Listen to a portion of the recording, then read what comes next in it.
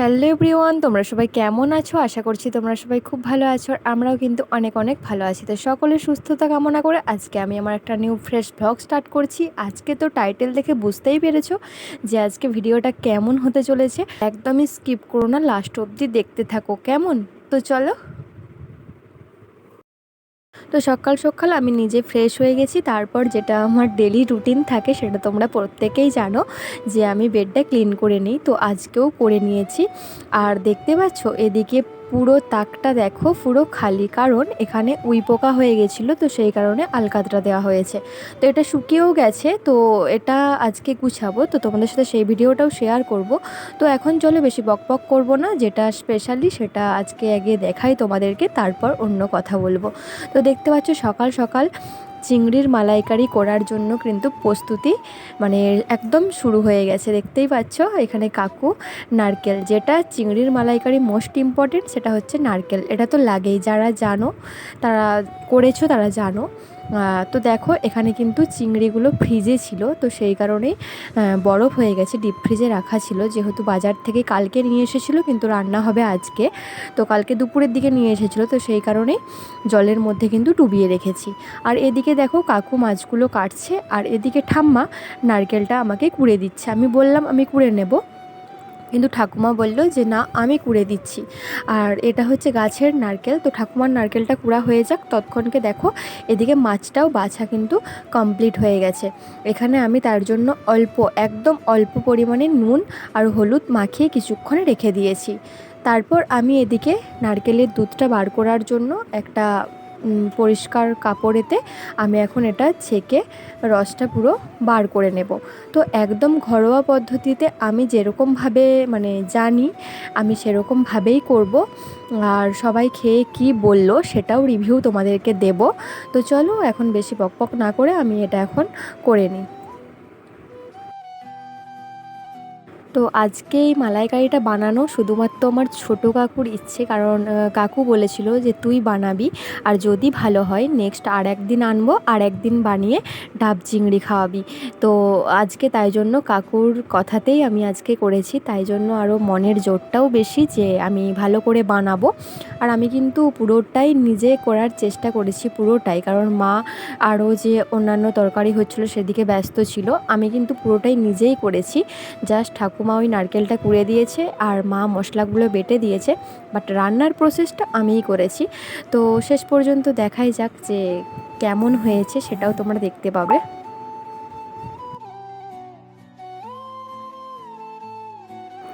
তারপর দেখতে পাচ্ছ আমি কিন্তু এখানে মাছগুলো ভেজে নিচ্ছি। তো ফার্স্ট যখন মাছটা দিয়েছি এমন ফটাস করে ফুটলো, তো আমি খুব ভয় পেয়ে গেছিলাম। আর চিংড়ি মাছ না খুব ফোটে। আর দেখতে পাচ্ছ একটা করে হচ্ছে কাঠি দিয়ে দেওয়া হয়েছে, কারণ চিংড়িগুলো কিন্তু ফোনেতে হয়তো অনেকটা ছোট লাগছে কিন্তু বড়ই ছিল, সবগুলো না, একটা দুটো ছোট ছিল কিন্তু বেশিরভাগ বড় ছিল। তারপর দেখো এদিকে মা হচ্ছে যা যা লাগবে, পেঁয়াজ বাটা, রসুন বাটা, আদা বাটা, নারকেলের দুধটা আর যে গরম মশলা সেটা মানে সব কিছু একদম জোগাড় করে আমাকে দিয়ে দিয়েছে। আর এদিকে দেখো মা কিন্তু টমেটো পেস্টও করে দিয়েছে। তো হ্যাঁ, আমাদের তো মিক্সি নেই, তাই জন্য মা কিন্তু এটা শিলনোড়াতেই আমাকে বেটে দিয়েছে। তো দেখো এদিকে কিন্তু আমার মাছগুলো ভাজা হয়ে গেছে।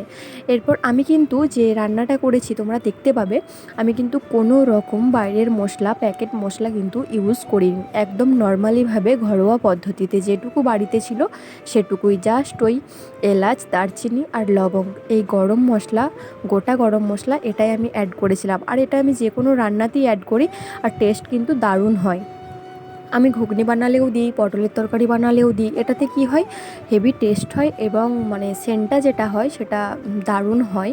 তো সত্যি কথা বলতে প্রথম প্রথম যখন মানে রান্নাটা শুরু করেছি আমার এত ভয় পাচ্ছিল যে কেমন হবে জানি না, কেমন হবে জানি না, এরকম একটা ভয় হচ্ছিল।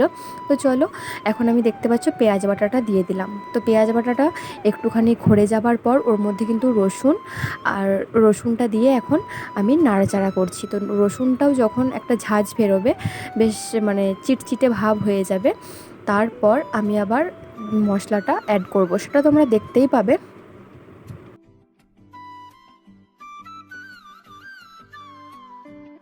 এখানে যে আদা পেস্টটা ছিল তো ওখানে আমি কিন্তু গোটা জিরে দিয়েছিলাম, কিন্তু তবুও এখানে অল্প জিরে পেস্ট দিয়েছিলাম। একদম বেশি জিরের পেস্ট কিন্তু দেবে না, একদমই বেশি দেবে না, তো অল্প পরিমাণে দেবে। তো সবাই হয়তো জানো, কিন্তু আমি তবুও আমার দিক থেকে বললাম, আমি যেটুকু জানি। তারপর দেখো এখানে মশলাটা কিন্তু আমার পুরো তেল বেরিয়ে গেছে, দেখতেই পাচ্ছ। তারপর আমি এখানে যে টমেটো পেস্টটা কিন্তু মোটেও এগে দেবে না, একদম মানে মশলাটা তেল বেরিয়ে যাওয়ার পর দেবে। তো একদম এক হাতে ক্যামেরা ধরে কড়াই নাড়ছি, খুন্তি নাড়ছি, তো ওই জন্য কেঁপে যাচ্ছে। এটা তো মানে প্রত্যেক ভিডিওতেই আমার প্রবলেম হয়েই থাকে। তো তারপর দেখো মশলাটা কিন্তু পুরোপুরি আমার এখানে মানে হলুদ গুঁড়ো, লঙ্কা গুঁড়ো সব কিছু দিয়ে, আমি কিন্তু বাইরের কোনো কিছুই মানে অ্যাড করিনি, সেটা তোমাদেরকে ফার্স্টেই বললাম। তো তারপর এখানে কিন্তু কষানো হয়ে যাওয়ার পর আমি এখানে যেটা মেন সেটা হলো নারকেলের দুধটা আমি এখানে দিয়ে দিলাম। এটা না হলে চিংড়ির মালাইকারি কিন্তু একদমই অসম্ভব, কারণ নামটাই চিংড়ির মালাইকারি, তো নারকেল না হলে মালাই কিন্তু হবেই না। তো দেখো এখন আমি কিন্তু অল্প পরিমাণে জলও দিয়ে দিলাম, কারণ ওটা ফুটতে লাগবে। আর নারকেলের দুধটা কিন্তু অনেকটা পরিমাণেই ছিল, তাই জন্য ওটা ফুটে যাবার পর এখানে কিছুক্ষণ পর ওই 5 মিনিট মতো পর তারপর আমি এখানে মাছগুলো সব দিয়ে দিলাম, ভাজা যে মাছগুলো ছিল সেগুলো দিয়ে এখন আমি গ্যাসটা কমিয়ে ওই মিনিট 5 মতো একদম গ্যাসটা কমিয়ে দেবো। দিয়ে মিনিট 5 মতো আমি এখন ঢাকা দিয়ে একটা থালা ঢাকা দিয়ে কিন্তু রেখে দেবো। হ্যাঁ, তার আগে বলি, কয়েকটা কাঁচা লঙ্কা চিড়ে আর 1 চামচ ঘি ওর মধ্যে দিয়ে ঢেকে দেব। তারপর দেখো ফাইনাল, তো দেখেই বুঝতে পারছো যে কেমন হবে। তো দেখো একবার 5 মিনিট পর খুলে দেখি একদম ওয়াও! আর সত্যি বলতে খেতে জাস্ট দারুণ হয়েছিল। এটা আমি না, প্রত্যেকে বলেছে, বাড়ির প্রত্যেকে বলেছে, মানে প্রত্যেকে বলেছে দারুণ রান্না হয়েছে। আর কাকু বলেছে এত সুন্দর রান্না করেছিস, আমি আবার একদিন এনে দেবো, তুই আবার রান্না করে খাওয়াবি। তো যাই হোক, আমার এটাতেই অনেক ভালো লেগেছে, সবাই ভালো বলেছে। তো তারপর কিন্তু খাওয়া দাওয়া করে ঘুমিয়ে গেছিলাম। এখন বাজে বিকেল 5:30।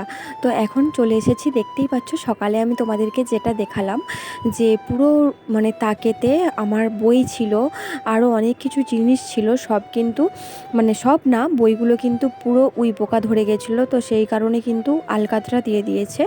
তো আলকাতরাটা কিন্তু 2-3 দিন ধরেই শুকিয়েছে, তারপরে আমি তোমাদের সাথে ভিডিওটা করছি। তো যাই হোক, আমার ভাঙাচোরা বাড়িটাই মানে কিছুই নেই, কিন্তু আমার কাছে এটাই আমার কাছে মানে কি বলবো, স্বর্গ মনে হয়। তো এটা আমার কাছে না, যে বাড়িতে থাকে তার কাছে সেটাই স্বর্গ মনে হয়। তো আমার কিন্তু সত্যি বলছি, এই ছোট্ট রুমটার প্রতি একটা আলাদাই টান। আমার কোথাও গিয়েও ভালো লাগে না, মানে একদমই ভালো লাগে না। আর এই ছোট্ট রুমটার মধ্যেই কিন্তু আমার প্রত্যেকটা জিনিস আছে, একটা রুমের মধ্যেই আমার সব কিছু আছে। আর আমি একটু বাগিয়ে গুছিয়ে রাখতে সত্যি ভীষণ পছন্দ করি। মানে এরকমই আমার মা বলে যে নিজে খাবে না তবুও রুমকে পরিষ্কার করে রাখবে। তো আমি সত্যি, আর আমার বাড়িতে যারাই আসুক না কেন, আত্মীয় স্বজন, পাড়া প্রতিবেশী, বন্ধুবান্ধব, সবাই কিন্তু বলে যে সত্যি তুই এই ছোটো রুমটার মধ্যে কি করে এত বাগিয়ে গুছিয়ে রাখিস।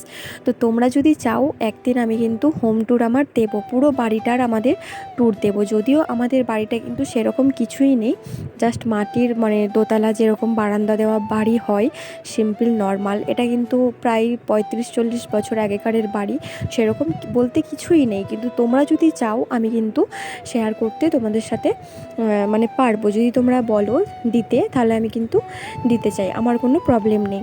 যেহেতু তোমরা হচ্ছে আমার একটা ফ্যামিলি, তো তোমরা যেটা বলবে সেটাতে আমার আপত্তি কিছু নেই।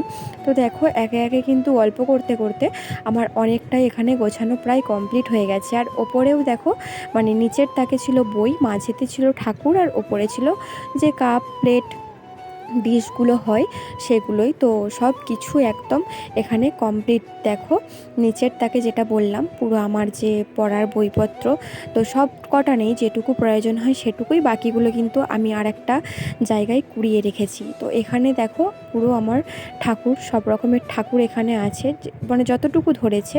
আর সবার উপরের তাকে আছে কাপ প্লেট ডিশ, তো এগুলোই 2-1টা শোপিস এগুলোই রাখা আছে। তো আজকের পুরো ভ্লগটা তোমাদের কেমন লাগলো, চিংড়ির মালাইকারি থেকে শুরু করে আমার এই ছোট্ট রুমটার মানে একটুখানি ক্লিপস, তো তোমাদের কেমন লাগলো বাগানো গুছানো, এটা কিন্তু অবশ্যই তোমরা কমেন্ট করে জানিও। আর তো আজকে এটুকুই, তো চলো টাটা।